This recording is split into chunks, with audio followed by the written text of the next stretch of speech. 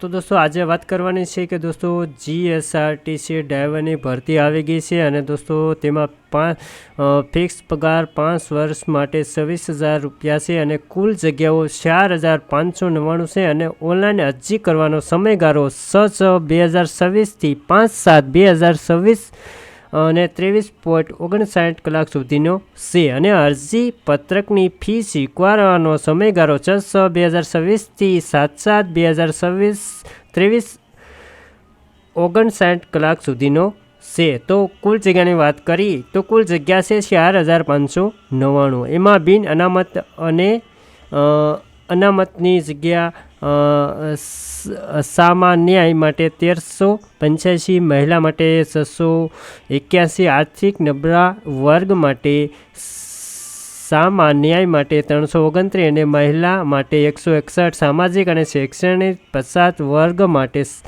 સામાન્ય નાગરિક માટે 711 અને મહિલા માટે 350 અને અનુસૂચિત જાતિ માટે સામાન્ય માટે 181 અને મહિલા માટે 90 અને અનુસૂચિત જનજાતિ માટે સામાન્ય માટે 475 અને મહિલા માટે 233। તો કુલ જગ્યા પૈકીની માજી સૈનિક માટે 459 જગ્યા છે। તો દોસ્તો 4,599 જગ્યા જે ડ્રાઈવરની જગ્યા છે અને દોસ્તો છેલ્લી તારીખ 6/6/2026 થી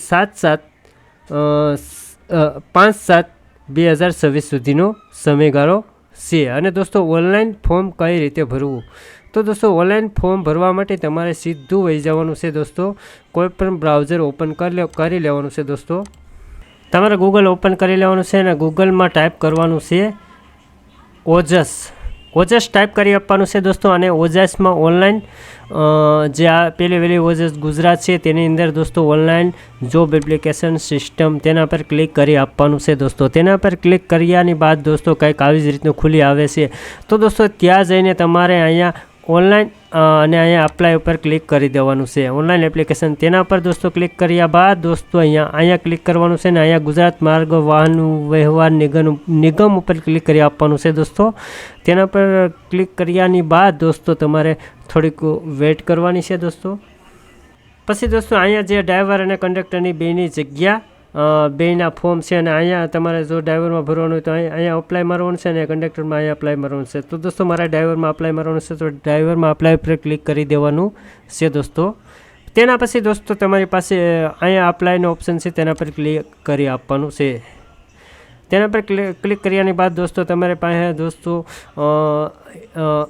એન્ટર રજિસ્ટર નંબર નથી તો દોસ્તો નવું રજિસ્ટર કરો તો અહીંથી ન્યૂ રજિસ્ટર અહીંથી થશે અને ફોરગેટ રજિસ્ટર અહીંથી થશે અને તમારો રજિસ્ટર નંબર અને ડેટ ઓફ બર્થ હોય તો OTR ઉપર ક્લિક કરી દેવાનું, તે કાંઈ ન કરવું હોય તો સ્કીપ ઉપર ક્લિક કરીને દોસ્તો ક્લિક કરી દેવાનું છે। તો દોસ્તો મારી પાસે રજિસ્ટર નંબર છે તો દોસ્તો હું તેના પર ક્લિક કરીને એપ્લાય OTR ઉપર ક્લિક કરી આપું એટલે દોસ્તો કંઈક આવી જ રીતનું ખુલીને આવશે અને તમારે દોસ્તો હવે અહીંયા આવી રીતનું ફોર્મ ખુલીને આવે તો દોસ્તો અહીંયા તમારે ઉમેદવારની માહિતી આપવાની। તો દોસ્તો આની અંદર તમારે દોસ્તો જે કંઈ આવતું હોય મિસિસ કે ડૉક્ટર જે કંઈ આવતું હોય તે સિલેક્ટ કરી દેવાનું છે। તેના પછી દોસ્તો અહીંયા તમારું સરનેમ ટાઈપ કરી દેવાનું છે, અહીંયા ફર્સ્ટ નેમ ટાઈપ કરવાનું છે, અહીંયા ફાધર યા તો હસબન્ડ નેમ ટાઈપ કરી દેવાનું છે, અહીંયા મધર નેમ ટાઈપ કરી દેવાનું છે, અહીંયા જેન્ડર સિલેક્ટ કરવાની છે અને અહીંયા date of birthday SSC board school leaving certificate પ્રમાણે ટાઈપ કરી દેવાનું છે।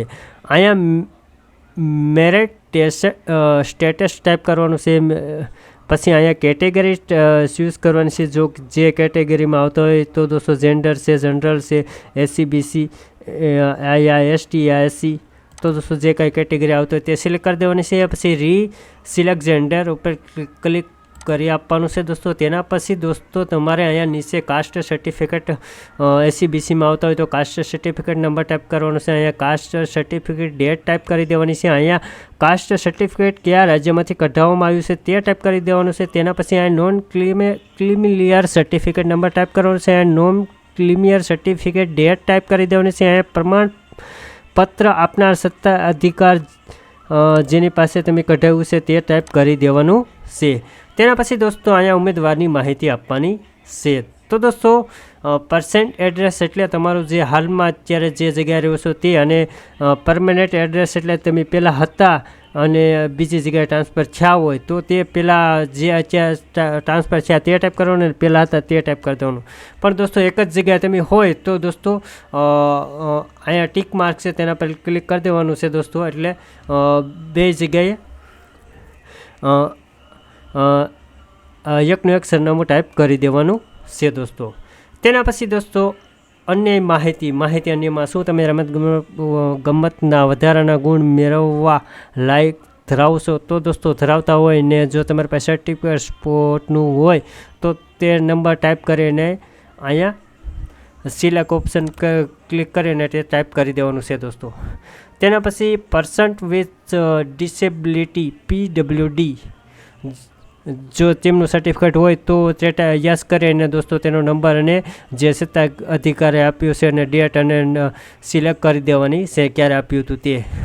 તેના પછી do you need the facility of stripe લીહો તો દોસ્તો તે હોય તો યસ નો કરી દેવાનું છે. પછી બેઝિક નોલેજ સરકારી ઠરાવ CRR મુજબ દોસ્તો બેઝિક નોલેજ તો કોમ્પ્યુટર બેઝિક નોલેજ તો દોસ્તો હશે બધા પાસે તો યસ કરી દેવાનું હોય તો નો કરી દેવાનું. પછી વિધવા તમે હોય તો યસ નકર નો કરી દેવાનું છે. પછી આર્મી નેવી અને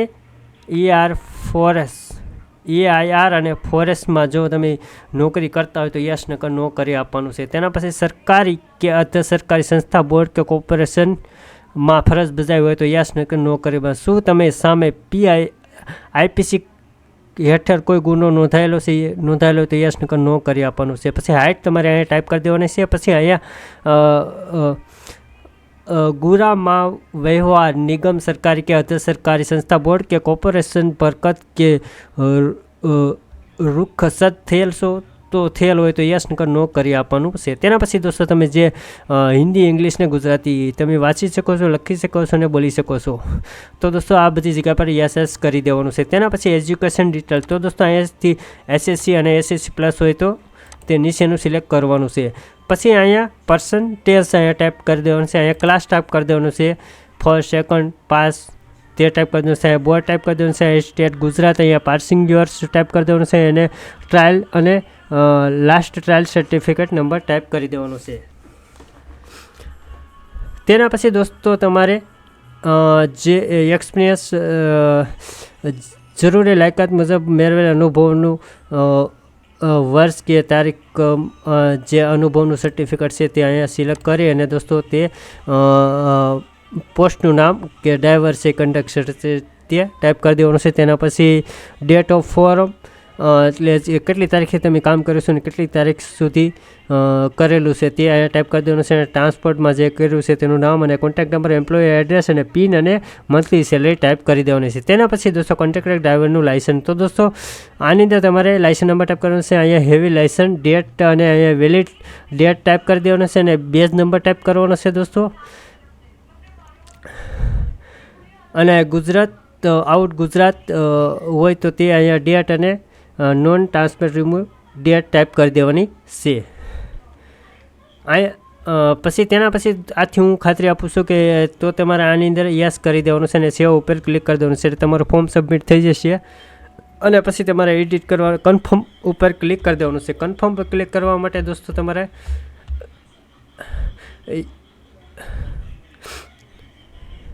પછી અહીંયા કન્ફર્મ પર ક્લિક આની પર ક્લિક ફોર્મ થઈ જશે, સબમિટ કરી દેવાનું. પછી અહીંયા છે ને એપ્લિકેશન નંબર ટાઈપ અને ડેટ ઓફ બર્થ અને કેપ્ચર કોડ નાખીને કન્ફર્મ ઉપર ક્લિક કરી દેવાનું છે.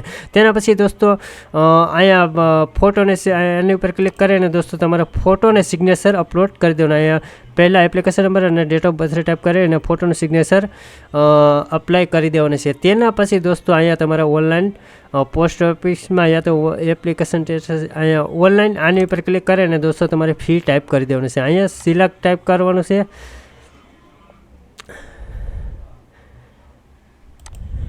અહીંયા કન્ફર્મ નંબર ટાઈપ કરી દેવાનું છે અને ડેટ ઓફ બર્થ ટાઈપ કરી દેવાનું. કેપ્ચા કોડ ટાઈપ કરીને દોસ્તો અહીંથી તમારે પે કરી દેવાનું છે અને પછી પ્રિન્ટ કરી લેવાની છે દોસ્તો. એટલું કર્યા બાદ તમારું ફોર્મ સબમિટ થઈ જશે. તો